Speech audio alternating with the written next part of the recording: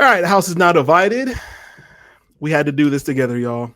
It's a special week, very special week. The game is here, and he's pretending to punch, but I'm holding no punches. It's your resident Buckeye fan, Josh, and obviously it's your resident fan, Marcus, or your resident Michigan fan. What did I even just say? It's your resident Michigan fan. Call me a fan. Marcus. Call me a freaky ass nigga. Oh no, you're definitely a fan. Anyway, all right, let's talk about it, man. Let's just get right on into it. It's been 4 years since y'all ducked us, and so yeah, y'all won the last since four. What? Since y'all what? Ducked us in 2020. So, hey, you know what's crazy? You know what's crazy to me? I guess I'll go ahead and address it now that we're up 4. You know what's crazy is that y'all talk about that 2020 game that didn't get played as if we didn't forfeit the game before that as well. So it's like, damn, the lengths y'all thought we would go to. Not only did we fake COVID in the middle of 2020 to get out of a game with y'all, but we also faked it to get out of a game with Iowa, and we also faked it to get out of our +1 game too. Like, yeah, absolutely. You had to make it look good. Right. You had to make it look good. Absolutely. That's all. So rather than just going and lining up and losing 1 game, we forfeited 3. Yeah, you had to. You didn't want to make it look like you were just ducking us. Do you hear what you just said? To make it seem. You hear what you just said? So to avoid actually just losing 1 game, we forfeited 3. You were so afraid of looking soft in that instance that you said, "Oh no, we gotta forfeit the other 2 games too." Okay, I just wanted to clarify so everybody could hear Ohio State logic. I just wanted to lay it out so that everybody could understand the way I understand. This is a joke. And then on top of that, we'll just gloss over the last 4 years where we actually met head. Oh no, I wasn't glossing over that. I literally was leading with that. There's ever been. So cool. Fuck the 2020 game. Yes. Well, okay. Let's talk about 21, 22, 23, 24. Wait. So we are agreeing that those were some of the best Buckeye games or Buckeye teams. Buckeye teams. You have to. Yeah. Some of the best. I mean, yeah, absolutely. It does the make last one won the national championship. So yeah. Now, with that being said, we're only going to continue getting better. Oh, so yeah, because that's life right there, man. You only go up. This 2026 recruiting class is getting better and better. We got Chris Henry Jr. coming in, who you guys wanted, so you can't say nothing about because recruiting has played a factor in the last 4 years. Well, I guess it's played a factor in our favor. Ours has gotten better while we've been beating y'all, but like, well, no, has that ever really been the driving force of what's going to happen on Saturday? Okay. Can we stop with the just assuming that it didn't work so well for y'all for the last 4 years, so it's not going to work for y'all ever? Well, I mean it's a pretty 20 years. It's a decent sample size is all. It's and if we're talking recency, that's the most present streak that we have to evaluate. But then there was 25 years before that. Yeah, okay, but that's not where we are. That's not where the programs are today. Doesn't it make more sense? Well, no, they're evaluate where the programs are today than looking back at 2004? No, because you're not that team. You're not that team. You're not the 2023 national championship team. Okay. You're the 2025 Michigan last year either, though. True. What are we doing? What arguments are we making right now? I will say this. You're a team that's gotten better since 2024. Mm-hmm. But we have to admit that was a fluke game. And that Or even if you don't want to say that, even if you don't want to say that, Ohio State did more to themselves than Michigan actually did. I will concede that Michigan's defense did, I guess, the job that they were supposed to. But come on, man. Ohio State's offense did not look like what they were supposed to. And then they went on later on to actually look like the team that they were supposed to. Hey, listen, man. I cannot speak about Ohio State's performance outside of this game. I have no... My team has no factor on that, right? We're not there. We're not suiting up. You're not facing the winged helmet. So, like, anything outside of that purview, I can't speak to. Sorry. Me no inglés. But what I can talk to specifically is how these two teams play when they meet in this game, right? We can talk about oh man, but we look so good against Oregon. We look so good against Tennessee and Notre Dame and Texas. Granted, cool. None of those teams are the winningest program in college football history. No, none of those teams are us.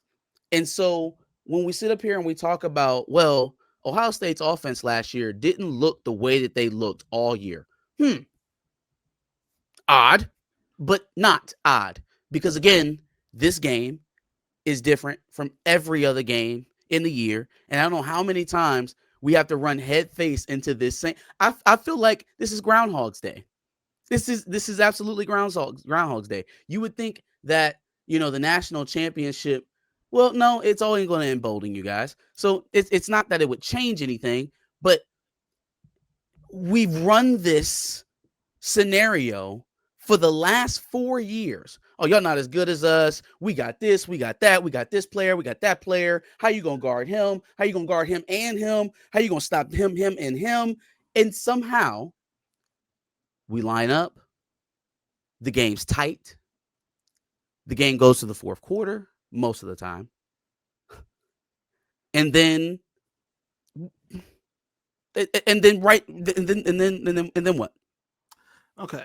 I guess that's where we're different. The first 3 games y'all won in this 4-game streak, I can get with you. I see it. You know what I mean? There are some things that on the Ohio State side I'm not okay with, but y'all were a good team. Those 3 games. I just can't, you can't really be that confident in this game, knowing that the last game was actually y'all didn't Davis Warren 2 interceptions. We can't right. Your running back Khalil Mullings, averaging 3 yards a carry. He had to run the ball damn near the entire game, and we won the game. Right, and we won the game because our offense, for whatever reason, would not score. So let's just run this scenario again.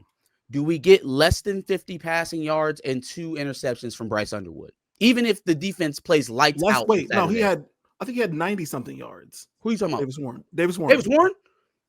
Bullshit. He had 90 yards. He had less than 100 yards passing in the game. We're both wrong. 62 yards. Thank you. Okay. You said under 50. I knew it wasn't. Okay. 62. Do you expect Bryce Underwood to throw for 60, even 90? I'll spot you the extra 30. Do you expect him to throw for 90 yards and 2 interceptions? I do not. I do not. I expect him to throw for more. I expect him to throw for more. Let's go through everybody else. Do you expect Jordan Marshall and or Bryson Cusdell to only average together 3 yards per carry based on what you've seen from them this season? Well, let me ask you our offensive line and our running backs. Is Jordan Marshall for sure playing? Jordan Marshall's playing. I don't know about Haynes or maybe even Jasper Parker. He was out with his pads off, but Jordan Marshall for sure is playing. Okay. I believe that Jordan Marshall and Cusdell, is it Cusdell? I believe that they account for more rushing yards than Khalil Mullings did last year. Cool. I believe ultimately your offense does better than what it did last year. So what I'm trying to say is last year when your offense didn't look the way that it did or the way that it was supposed to look or had looked the entire season, did y'all just decide to fuck around and lose the rivalry game on purpose? Was it Casper and his friends that was out there playing against y'all? Or did the Michigan defense have an effect on that as well? Were you out there playing another defense? Did maybe they cause you to have to run a little bit? I mean, shit, they still threw the ball 35 times. I don't like getting into the particulars of the Ohio State narratives within y'all circles because I want y'all to eat yourselves up over that shit. But I mean, everybody keeps talking about, they just didn't throw the ball. They didn't air it out. They threw it 35 times. Okay. We can talk about when they decided to run the ball, and maybe that selection could have been a little bit better. But to say that they weren't trying to throw the ball is just patently false. So again, if it didn't look good and they were able to be slowed down to the point where they allowed a not up to par team, at least by their standards, to stay in the game with them long enough to be dangerous to the point where they stole the game, because that's what I'm hearing is coming from you, right? They didn't do what they needed to do to put Michigan away last year, and they allowed the game to be taken from them as opposed to what Michigan dominating them or whatever.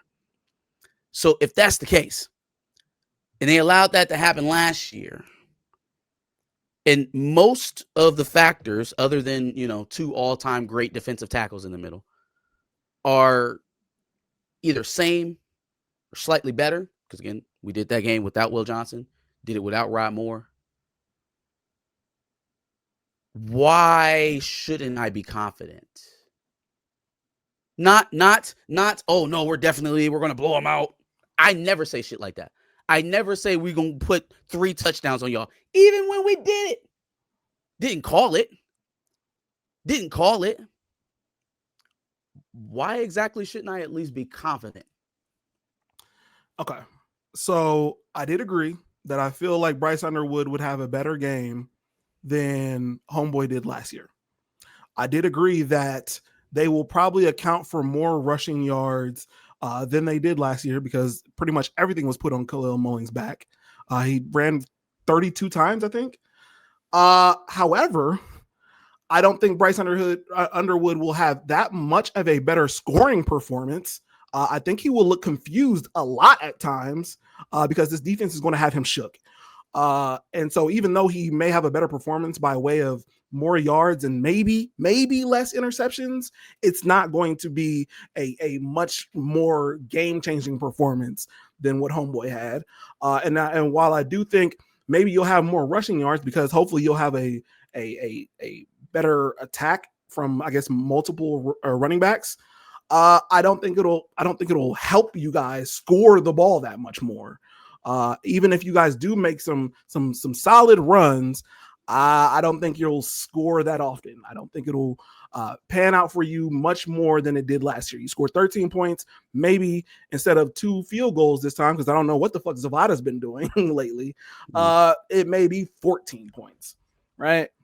Regardless, I think the offense looks night and day from what it did last time, because at the very least, I hope that Ryan Day understands that you need to get the ball to the guys who are going to make the difference here, right? Yes, they did pass the ball quite a bit in the first half. And yes, they did pass the ball to Jeremiah Smith for a touchdown in the first half.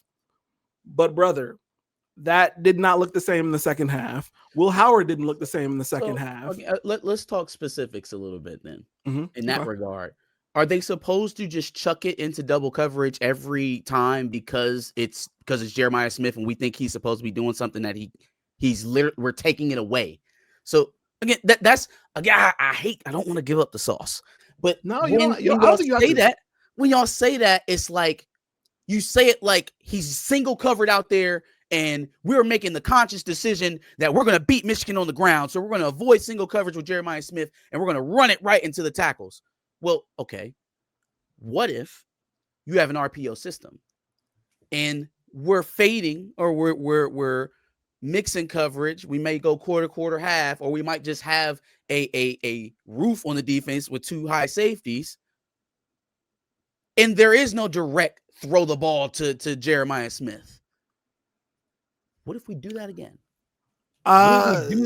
You gonna beat us with Max Clare and Bo Lamar?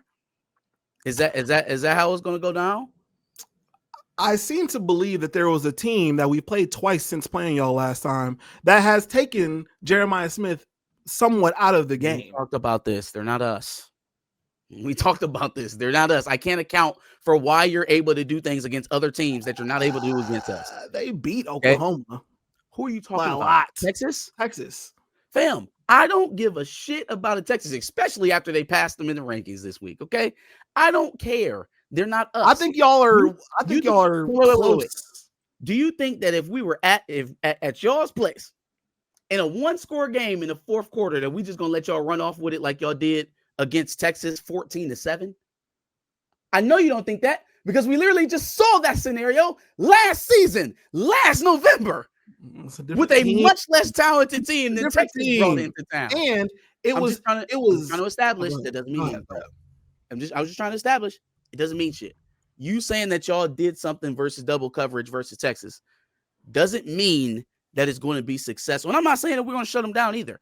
I'm just saying it seems to be a blind spot that some of the things that you've been able to do all year may or may not be available to you, even injury-wise, right? Is Carnell Tate even going to play in this game? I know Jeremiah Smith sounds like he is. Is Carnell Tate even going to play? I've heard different rumors about both of them. I've heard rumors that neither one of them were really actually hurt. I've heard both of them are going to be out until the playoffs. I've heard so much different rumors that I don't know until I see it, to be honest with you, on that standpoint. However, it should not matter. We should have the receiving talent outside of that for it to not matter. Sit them both and play this game. No. I don't want to sit both of them. No. My point is, we should have the receiving talent outside of both of them for that to not matter as much. So I don't know. Are you saying what I said? You said? Are you saying that you can? I'm not saying that. I'm saying I want at least one of them in the game. Okay. Right. Okay. All right. But because I don't know what rumors are true, I can't tell you what to expect out of that. I guess just outside of it, though, I would hope that the receiving talent, and I think they've somewhat proven that they can be, but it's against Rutgers and UCLA. But I think they've proven that somewhat they can make it happen without Jeremiah Smith and Carnell Tate to some level, to some degree. Plus, the running game has gotten better throughout the season. And for the love of God, just do not put Tegra out there. Put Gabe Van Sickle on right guard and let it fucking work. Can we look at something really fast? Because I thought this was an interesting exercise. I did both, Michigan and Ohio State. I was kind of looking through their schedules and seeing what they were looking like in terms of the defenses they were playing, right? So let's hold on. Here we go. Let's get Ohio State up here. So we had Texas, obviously, big time matchup, week 1. Granted, give you that one. Then we had Grambling, which we can put that where it belongs, in the trash can. Ohio, same thing. Washington, a step up in competition, right? A team that I'm hoping can do the thing and upset Oregon to give us an opportunity this weekend to get into the Big Ten championship game. 24-6. Okay. Well, they're a much better offensive team, so I wouldn't lead them on the side of defense. Or were we just doing defense? I'm saying they held you to 24 points, and it was an upgrade from the last 2 matchups before that, Ohio and Grambling, right? Okay. Without getting all the way back to Texas. Sure. We had Minnesota, who's fallen asunder. I don't think they're bowl eligible. Illinois is falling off the face of the earth. Wisconsin, Minnesota is bowl eligible. Who is that? Minnesota. Where are they? They won 6 games. They're 6-5. Okay, so they're bowl eligible. Let's see if they squeak in. Yeah, I mean it's going to be the shit bowl, but who cares? Wisconsin has a good rush defense. Beat them 34-0. Let's see how we did on the ground. Isaiah West is our leading rusher with 55 yards. And team stats? Rushing yards, team stats, 98 yards total. The best rushing defense that you faced this year, you had 98 rushing yards, and that's on the road. Is Wisconsin the best, or is Texas the best? The best rush defense? I think Wisconsin is rated higher than Texas. Wisconsin was like, they were top 10 when we faced them, rush defense. I mean, I know Wisconsin's up there for sure. I don't know. The next ones aren't really. I mean, we got Penn State, which was kind of close throughout 2.5, 3 quarters. Purdue, UCLA, Rutgers, a lot of throwaways. Wait, you said Penn State, right? Yeah. Do you think Michigan's defense in this game at home, with a lot to play for, can at least replicate Wisconsin's performance? Potentially. On the ground. We're just talking on the ground right now in terms of defending your running game. Potentially, yeah. Okay. If you guys get 98 rushing yards against us in this game, you're going to lose. Now we can talk about Jeremiah Smith and Carnell Tate, because I mean there have been other wide receivers in this streak who've had good games, stellar quarterback performances. You come out here thinking you're going to come to Ann Arbor and catch a dub, slinging it all over the yard, but catch 98 yards on the ground, you're going to lose. You're going to lose. First of all, that's a Charles Barkley guarantee. First of all, I was alluding to the fact of your actual performance, right? Because I'm thinking of a majority of the game. You guys do a good job of maybe stifling the run. But Idea. I don't think that we will end with 98 yards for the simple fact that we will be up, hopefully by a good amount, that towards the end we're running the ball at that point and we're closing out the game the way that we should be. At which point we might have more yards than 98 yards, but that's not how we won the game. Now, I know you guys get a lot of credit for how you beat the teams that are on your schedule, right? You can't control who you're playing. You just beat them. Mm-hmm. Do you think the same amount of deference is being played to Michigan, a team that hasn't trailed that much this season, hasn't had to come back from multiple scores down, hasn't had to really climb back in any of our games this season with if we're just being honest, a tougher schedule than what you guys have gone Oh, no, through? absolutely a tougher schedule. Or other than the games we lost, obviously the USC and the Oklahoma. Yeah, you games, guys have right? had a better, a tougher Big Ten schedule for So sure. other than the 2 losses, right? Because I mean those count. You guys are undefeated. Mm-hmm. Do you see the kind of, I guess, the war tested side of what Michigan is going through in their schedule compared to maybe not having to get up as high of a level since that first week at home versus Texas? Maybe the Penn State game, but they had already. I mean, it was pretty bad by then. By the time they got to y'all, anyway. So Yes, I do see that maybe you've built a level of resilience, a level of toughness through fighting through some of these games. Sure. I think that definitely levels the playing field a little bit for your side. I just don't know how much it's going to help. Right, like I am giving you that it could be a potential close game, closer than some of the games that we played. We should beat y'all by like we beat every team by more than 2 touchdowns. So we should beat y'all by 20, 21 at least. No. Hear me out. I think some of the things that you have brought leads it to be a much closer game than it actually should be, right? There's a level of confidence from y'all winning the last 4. There is the fact that y'all probably are a little bit more resilient and you played a tougher schedule. So there should be some confidence from that. There's home field advantage. There are many things. There's the fact that you might be able to stifle a little bit of the running game. These are things that I do agree with. There are factors in this game. However, I don't know how much, and I felt like this last year. So you have every reason to shoo this explanation away. But I just don't know how effective some of those intangible things are going to be in helping you win this game. I just don't. I still don't see it. And you're going to write it off as me making the same mistake that I made last year.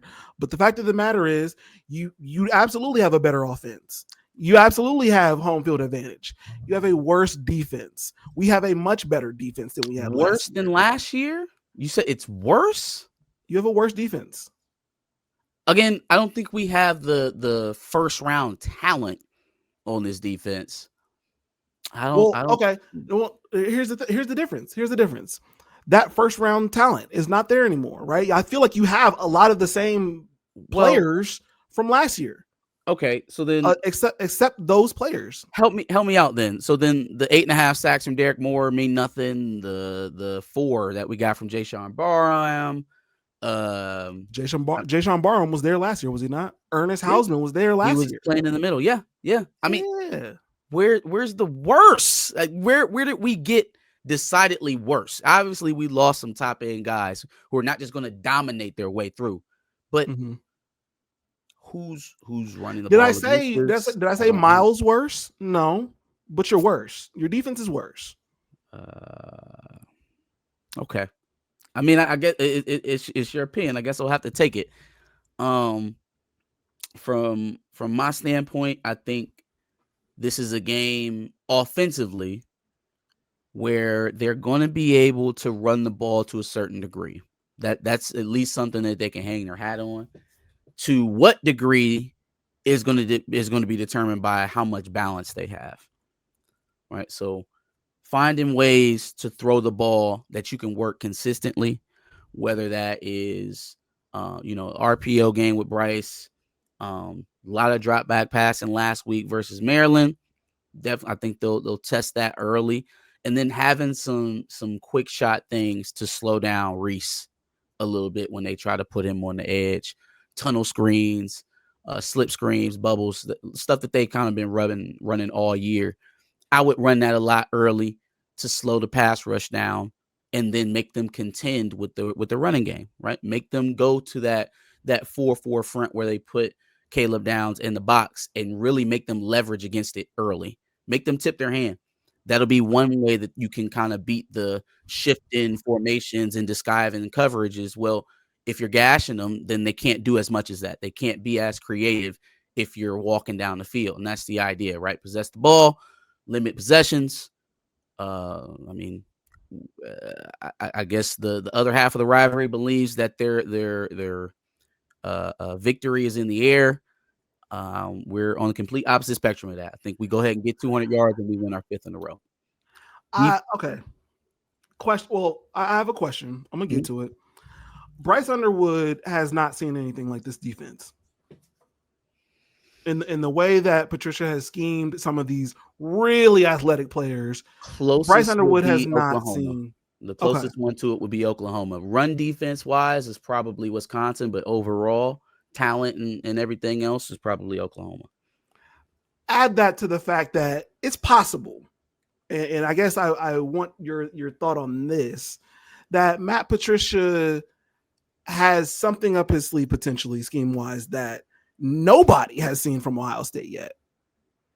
That may be a factor here in beating Michigan, or at least getting Bryce Underwood completely all out of whack.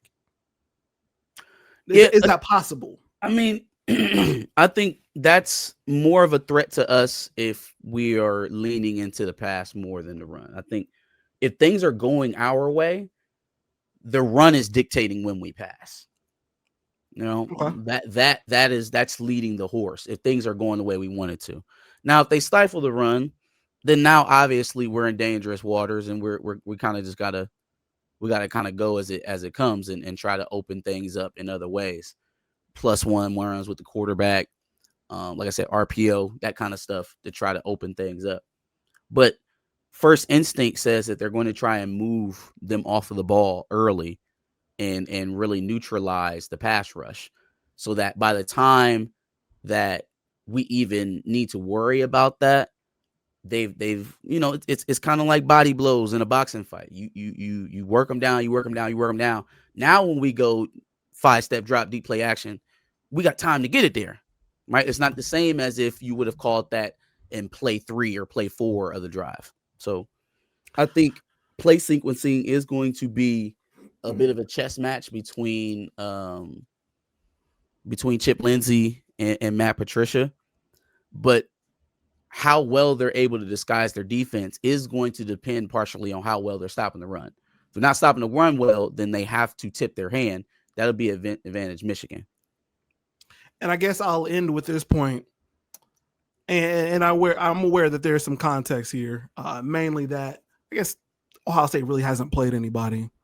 Also, Texas is better than Wisconsin on running defense. Where's Texas? Texas is number 8. Michigan is number 9, and Wisconsin is number 15. They've slipped a bit. Some tough matchups. It's okay, Badgers. It's all right. But Ohio State's number 3. And again, I'm aware that there's some context there. Offense. What does that mean? I'm aware that there's some context there that maybe we haven't played a lot of threats when it comes to running the ball. I mean, we did play Washington. We did play. But we shut down Jonah Coleman. He's a little hypey. Well, you're also a top 10 rushing defense, so okay. I'm just saying, like, I'm trying to think about the rest of your schedule. You had Nico. I guess you should. He didn't play in y'all's game. He didn't play at all. Rutgers don't have a running back all like that no more. Who's Purdue? They still got Maccabee. He's still at Purdue. Yeesh. But he was out for the season. Ouch. Oh, after a loss to Rutgers in October, so he played maybe half the season. Damn. Dog. Anyway, There's up to him. Washington, Penn State, because they still have Singleton and Katron Allen. Man, they ghost. Them boys is ghost. No, Singleton. Them boys is but ghost. Singleton had a decent game. No, against y'all, it was competitive for a while. See, and again, I can't speak to other interactions outside of this game. Sure. But if I look at Penn State, I would much rather be in our situation, nursing our young guy, versus their situation with their young guy. Because even with the offense or the pass protection problems we've had this year, we've weathered them much better than, Terry Smith's crew has been able to do there for, what's that boy's name? Grockemeyer? Grockemeyer. Yeah. So yeah, I would much rather have my quarterback, backing up a strong running game than what they were able to. I'd agree with that out there, because it's just not. It's pretty inept. I guess I'll look at it like this. I feel a lot of the same way that I felt last year, and you guys are, I would say, better than you were last year. But I still feel the same way that I felt last year, and I'm only giving you a slight bit of more respect. We're still about to beat y'all. That's cool, man. It's nice to have it on wax. We'll run it back. I have the same level of nervousness for this game that I have every year.